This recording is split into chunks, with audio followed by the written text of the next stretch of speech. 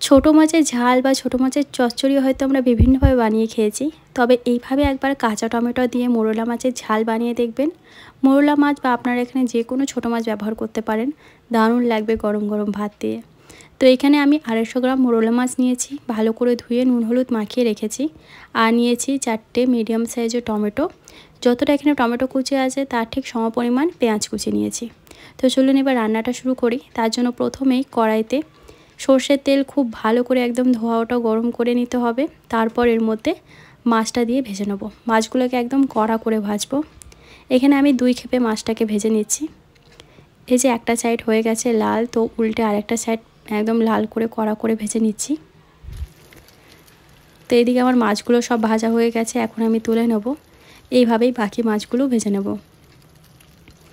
খুব চটজলদি কিন্তু ছোটো মাছের এই রেসিপিটি আপনারা তৈরি করে নিতে পারবেন, মাত্র 10 থেকে 12 মিনিটের মধ্যে কিন্তু এটা তৈরি হয়ে যায়।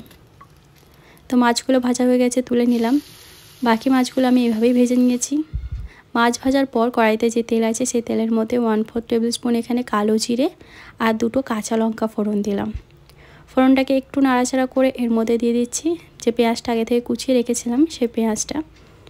পেঁয়াজের সাথেই আমি এখানে দিয়ে দেবো খুব সামান্য পরিমাণে আদা রসুন বাটা। এখানে আমি 1/2 চামচেরও কম কিন্তু আদা রসুন বাটা দিচ্ছি।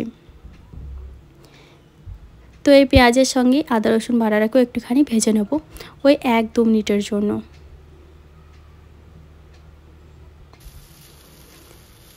তো পেঁয়াজটাকে আমি মোটামুটি 2 মিনিটের মতো মিডিয়াম ফ্লেমে ভেজে নিয়েছি। এরপর এর মধ্যে কেটে রাখা কাঁচা টমেটোটাও অ্যাড করে দিলাম, সাথে পরিমাণ মতো লবণ, হলুদ গুঁড়ো আর এর মধ্যে দিয়ে দিচ্ছি 1/2 টেবিল স্পুন লঙ্কার গুঁড়ো।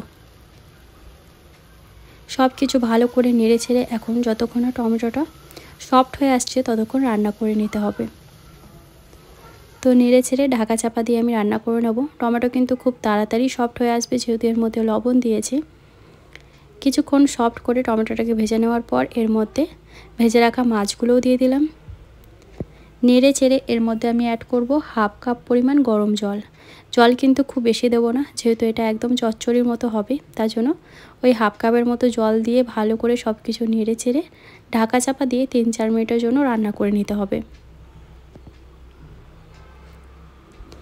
এর মাঝেই একবার ঢাকনা খুলে এর মধ্যে কিছু গুঁড়ো মশলা অ্যাড করব। তবে মশলা কিন্তু খুব বেশি এখানে দেবো না, খুবই সামান্য পরিমাণে আমি এখানে জিরে গুঁড়ো আর ধনে গুঁড়ো দিচ্ছি।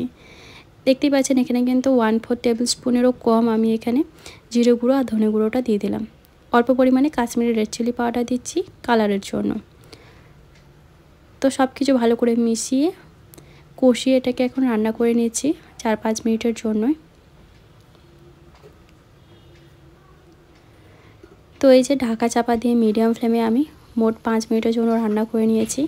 আর এখন দেখতেই পাচ্ছেন সাইড থেকে কিন্তু তেল ছাড়তে শুরু করেছে। সবশেষে এর মধ্যে 2টো চেরা কাঁচা লঙ্কা দিলাম, খুব সুন্দর ফ্লেভার আসবে এতে। আর সব কিছু ভালো করে এখন আমি নেড়ে চেড়ে নিচ্ছি। গ্যাসের ফ্লেমটা এই সময় কিন্তু মিডিয়াম টু হাইতে রেখে আরও 2 মিনিটের জন্য রান্না করে নেব। তাহলে কিন্তু আমাদের কাঁচা টমেটো দিয়ে মোরলা মাছের ঝাল বা মোরলা মাছের চচ্চড়িটা একদম রেডি হয়ে যাবে। ধনেপাতা থাকলে অবশ্যই এই পর্যায়ে একটুখানি ধনেপাতা কুচি ছড়িয়ে দিতে পারেন।